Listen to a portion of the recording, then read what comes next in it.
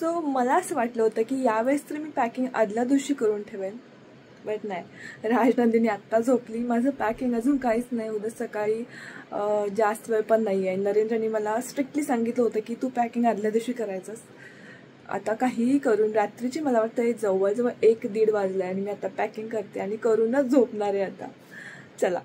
I don't know असं का होतं, पण नेहमीच मी ठरवते 2 दिवस आधी पॅकिंग करायचं, पण नेमकं जायच्या आधी 1-2 तासच पॅकिंग करायचं चालू होतं माझं. आणि खरंच हे नेहमीचंच आहे, खूप इमर्जन्सीमध्ये पॅकिंग करते मी. तरी आता हे ॲटलिस्ट मी रात्री करते, म्हणजे नेक्स्ट डेला जायचं आहे तर रात्री करते. आणि 2 दिवसासाठी तर फिक्स 2 रात्रीसाठी आम्ही चाललोच, पण एखाद दिवस एक्स्ट्रा जर राहिलो तर कदाचित, म्हणून मग थोडे एक्स्ट्रा ड्रेसेस घेऊन ठेवत होते. त्यात अजून एक म्हणजे आता राजनंदिनी आहे सोबत, सो म्हणजे तिला असं जास्त कधी उलटीचा त्रास होत नाही ट्रॅव्हलिंगमध्ये, पण कदाचित झालाच तर मग माझा ड्रेस वगैरे खराब होतो, म्हणून एक्स्ट्रा 1-2-3 ड्रेस मी ठेवून देत होते. ॲमेझॉनवरून मला ट्रॅव्हलिंग पाउचेस घ्यायचे होते, बट ते ऐनवेळी लक्षात नाही राहिलं माझ्या मागवायचे आणि मग ते राहून गेलं. म्हणून मग माझ्या बहिणीच्याच या चंद्रमा कलेक्शनच्या ज्या बॅग्स आहेत तर त्याच बॅग तिने पाठवली होती, तर त्या यूज करत होते मी. म्हणजे कसं होतं की साहित्य आपलं किंवा कपडे जे काय असेल ते वेगवेगळ्या बॅगमध्ये ठेवलं की लगेच घ्यायला बरं पडतं. तसं तर गोव्याला सगळे शॉर्ट ड्रेसेस घालतात, पण मी इकडे मोस्टली माझे जे एकच असेल मी कदाचित की जो शॉर्ट ड्रेस घेतला आहे, जो आत्ता हातात आहे माझ्या तो, नाही तर बाकी सगळे असे मस्त अंग भरून कपडे घेतलेत, कारण मला टॅनिंग नको होतं. सो तो विचार करून मी म्हणलं आपण फुल मस्त कपडे घालूयात तिकडे. एम्प्लॉईजने एन्जॉय पण करावं आणि सोबत मीटिंग, हे सगळेच हेतू साध्य करण्यासाठी त्यांच्या कंपनीने गोव्याला मीटिंग अरेंज केली होती. तर मग नरेंद्र म्हटले की चल तू पण, तसंही 2-3 वर्ष गेलेलीच नाही आहेस कुठे, तर जाऊयात. आणि तसं त्यांना आमच्यासोबत टाईम स्पेंड करता येणार नाही आहे, बट तरीसुद्धा चला म्हणलं जाऊयात. सोबत अजून एक कपल आहेत, तर त्यांच्यासोबत मी फिरू शकते तिथे.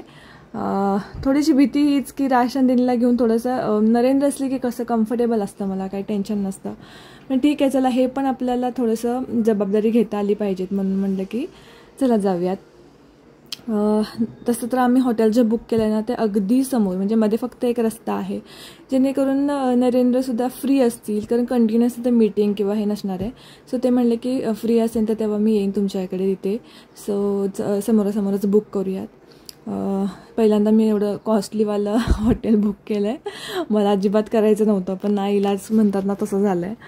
तर असं माझे सगळे कपडे मी पॅक केले. इथे रात्रीचे 1:30-2 वाजले होते आणि मी पॅकिंग करायला बसले होते.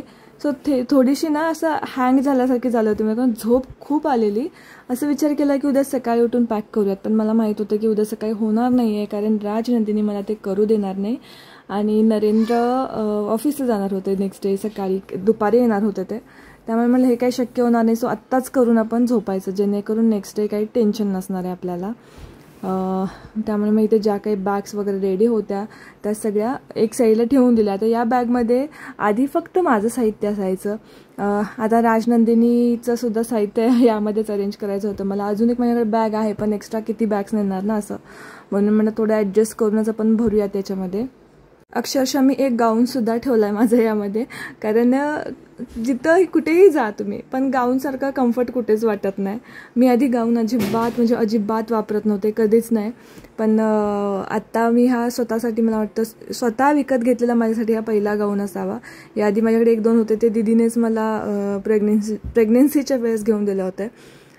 बट यावेळेस हा पहिल्यांदा म्हणलं गरमीमध्ये आपल्याला थोडंसं इथे बरं वाटतं ते गाऊन घातलं की, म्हणून तो एक घेतला होता.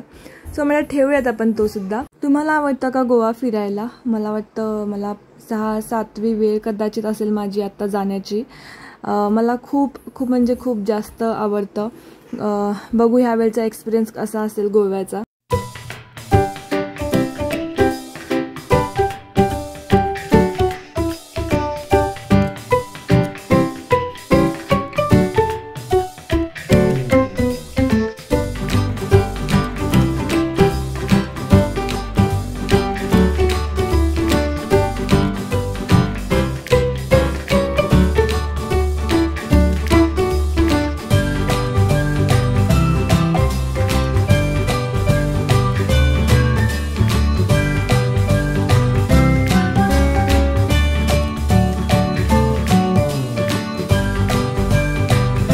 माझ्याकडे हा एक छोटूसा टॉवेल आहे. घरी माझ्याकडे तसे 4-5 टॉवेल आहेत, पण हा जो आहे ना तो मोस्टली ट्रॅव्हलिंगमध्ये मी यूज करते, जेणेकरून स्पेस पण कमी घेतो. बाहेर गेल्यावरती पटकन वाळायला म्हणजे सुकायलासुद्धा खूप हेल्प होते लगेच. जास्त असे ते हेवी टॉवेल्स जे असतात ना जाड मटेरियलचे, तर ते लगेच वाळायला पण प्रॉब्लेम होतो. म्हणून मग 1-2 माझ्याकडे असे छोटे अगदी पातळ टॉवेल आहेत, जे की आपण बाहेर ट्रॅव्हलिंगमध्ये घेऊन जाऊ शकतो. बॅगमध्ये त्याचा स्पेससुद्धा कमी लागतो त्याच्यासाठी. त्यानंतर इथे राजनंदिनीचे कपडे पॅकिंग करायला घेतले एक साईडला, आणि तिचे कपडे पॅक करताना पण असंच होतं, हे घेऊयात ते घेऊयात. तरीसुद्धा मी यावेळेस खूप कमी घेतले, म्हणायला हरकत नाही. आणि नाही म्हणता म्हणता झाले बरेचसे कपडे. मग असाच विचार येतो ना की अरे कुठे काही खराब झालं, खाताना काहीतरी डाग पडला कपड्यांवरती, कुठे खेळताना काही लागलं तर असायला हवेत, कुठे चुकून उलटी केली तिने प्रवासामध्ये, घाटातून जाणार म्हणताना, असं विचार करून करून खूप सारे कपडे घेतले तिचे. त्यानंतर मी एक्स्ट्रा एक हे सुद्धा ठेवलं, अक्षरशः मी तिचं जे जॅकेट आहे ना गरमीवाला ते सुद्धा घेतलं. काय माहीत, मला वाटलं असू देत आपल्याकडे. त्यानंतर तिचा हा स्विमिंग सूट, आणि तिला कपडे म्हणजे आंघोळ झाल्यानंतर वगैरे अंग पुसण्यासाठी टॉवेल म्हटलं नको घ्यायला मोठं, माझ्याकडे सुती कापड जे होतं तर ते 2 कापड घेतले. छोट्या छोट्या तिच्या पॅन्ट्स घेतल्या. तसंही हॉटेलच्या रूममध्ये आपल्याला डायपरच यूज करावं लागेल, पण तरीसुद्धा असू देत म्हणून तिच्या छोट्या पॅन्ट्स घेतल्या. आता इतक्या गरमीमध्ये तर राजनंदिनी काही डोक्याला बांधून थोडी घेणार आहे, पण तरीसुद्धा मी त्याची 2 टोपडीसुद्धा ठेवली. कधी काय लागेल काही सांगता येत नाही, हा विचार करून मी नेहमी असं करत असते. मला एक शूट करायचं होतं तिचं, हा विचार करून मी हा एक ड्रेस घेतला तिचा. आय डोंट नो ते शूट मला करता येईल की नाही, पण असू देत म्हणलं घेऊयात. आणि अशा प्रकारे आमच्या राजनंदिनीचं पॅकिंग करून झालेलं आहे. पहाटेचे 4 वाजले होते आणि मग माझं पॅकिंग कंप्लीट झालं होतं. आणि वैताग तर जाम आला होता, मला झोप खूप आली होती. सो फायनली एक रिलीफ भेटला होता.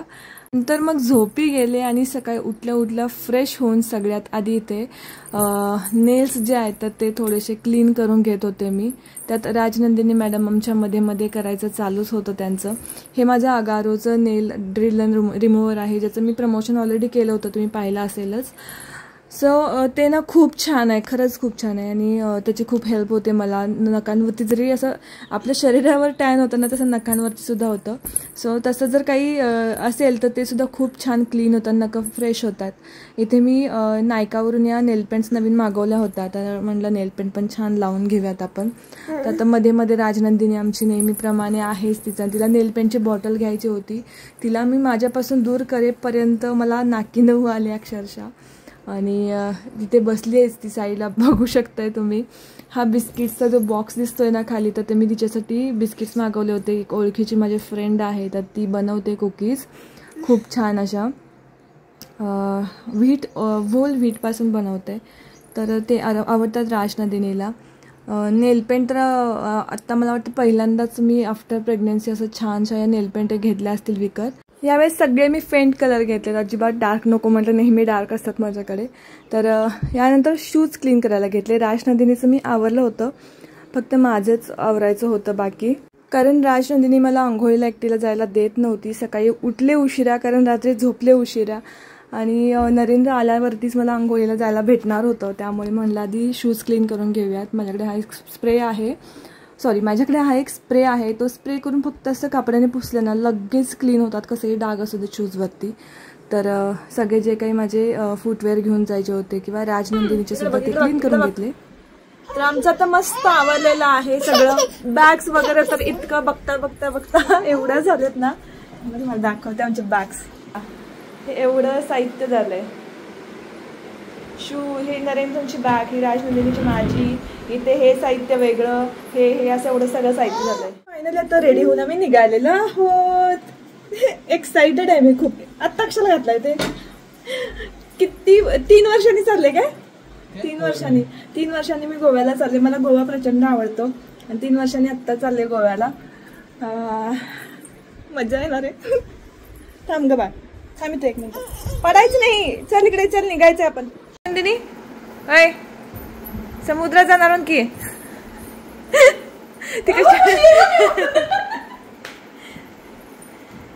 काय फॅन?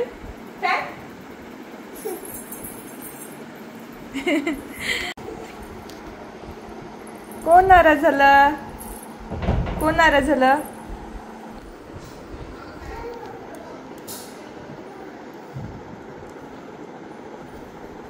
बस आता बसले प्यायचं नाही. बराच वेळ आमचं आवरून झालं होतं आणि त्यानंतर मग जे आमच्या सोबत येणार होते ते सुद्धा आले. मग साहित्य जे काही आमचं होतं ते गाडीमध्ये ठेवलं. तशी गाडी भरपूर मोठी होती त्यामुळे साहित्य भरपूर मावलं आमचं. त्यामुळे टेन्शन नव्हतं. मला त्याचीच भीती वाटत होती की त्यांचं पण असणार साहित्य, आमचं पण असणार, इतकं सगळं बसलं पाहिजे त्याच्यामध्ये. त्यानंतर आम्ही जाण्यासाठी निघालो गोव्याला. पण त्याच्या आधी ना वाटेत एक ठिकाणी जेवलो, कारण भूक तर प्रचंड लागली होती आणि मला हे रोटी वेटी नाही आवडत, पण ना इलाज होता, ते रोटी खावी लागली मला, कारण चपाती मोस्टली कुठे भेटतच नव्हत्या बाहेर. त्यानंतर पेट्रोल आधी भरून घेतलं, कारण ते महत्त्वाचं होतं. आमच्यासोबत जे येणार होते त्यांची तब्येत थोडीशी ठीक नव्हती, त्याच्यामुळे मग ड्रायव्हर हायर केला होता आणि मग आम्ही निघालो जाण्यासाठी गोव्याला. हा जो घाट आहे ना, मला अजिबात म्हणजे नकोच वाटतो घाटातून जायला. खूप असं गरगरल्यासारखं होतं. पण दुसऱ्या बाजूने म्हणलं तर हे नेचर सुद्धा छान अनुभवायला मिळतं. दोन्हीकडून मस्त दाट झाडी आणि वातावरण पण छान होतं. तर राजनंदिनीने मला तर अजिबात या ट्रॅव्हलिंगमध्ये कम्प्लीटच काहीच त्रास दिला नाही ना. तिने काय उलटी केली, मला त्याचंच टेन्शन होतं घाटामध्ये ती उलटी वगैरे करते की काय, पण अजिबात नाही, काही त्रास दिला नाही तिने.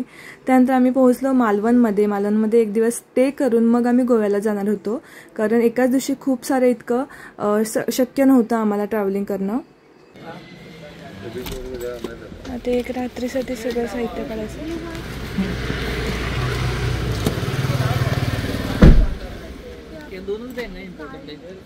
ती पण लागेल की, लागणार सॅग.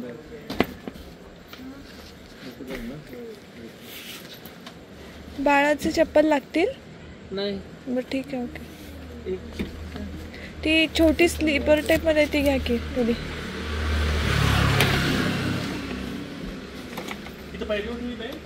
हा ठेवा की. खाली पडली काय?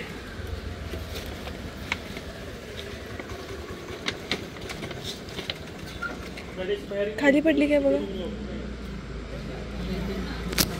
फर्स्ट टाइम मालवणला फिरायला आल्यानंतर ज्यांच्याकडे आम्ही राहिलो होतो त्या होमस्टेमध्येच आम्ही नेहमी जेव्हा कधी जाऊ तेव्हा तिथे राहतो, कारण त्यांचं स्वच्छता पण चांगली असते. त्यानंतर जेवणसुद्धा खूप चांगलं असतं. तर आता जेवायला जायचं होतं म्हणून म्हटलं ड्रेस चेंज नको करायला, फक्त फ्रेश होऊन घेऊयात, कारण पुन्हा मग हा ड्रेस चेंज केला की दुसरा घालणार, मग तो परत मला नेक्स्ट डे घालू नाही वाटणार. आल्यावरती आपला नाईट ड्रेस घालायचा आणि छान झोपून जायचं असं ठरवलं होतं मी, कारण जितके ड्रेस चेंज करेन तितके पुन्हा मग ते बॅगमध्ये तसेच पडून राहतात. थोडं फ्रेश झालो आणि मग बाहेर पडलो.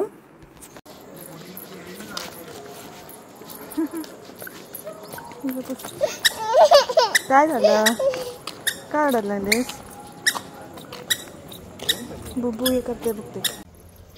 आता आम्ही छान पुन्हा फ्रेश झालो आणि चाललोय जरा असंच बाहेर पडलो, कारण जेवणाला उशीर आहे अजून, म्हणजे फिरून येऊयात.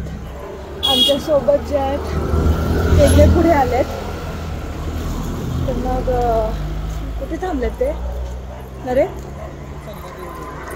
त्यांना फोन करून थोडं कुठे काय नसते, कुठेतरी मंदिर आहे आणि इथे आणि स्वामी समर्थांची आरती आहे असं सांगितलं त्यांनी. इकडेच असणार, आवाज येतोय ह्याचा. चला, तर आम्ही आता तिकडे चाललोय.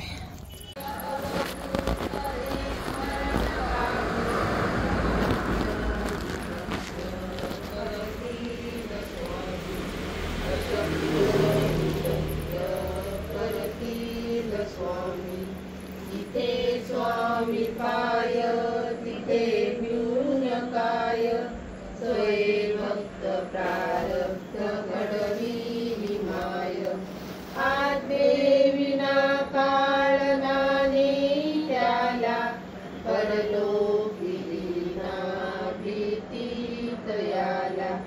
अशक्य हि शक्य करतील स्वामी, अशक्य. कसला आलास टिका तू? प्रसाद घेतला आणि मग आम्ही आमच्या होमस्टेकडे यायला निघालो, कारण जेवण पण रेडी झालं होतं. आय होप तुम्हाला हा व्हिडिओ आवडला असेल तर लाईक, शेअर, कॉमेंट करा आणि चॅनेलला सबस्क्राईबसुद्धा नक्की करा. भेटूयात नेक्स्ट व्हिडिओमध्ये. बाय.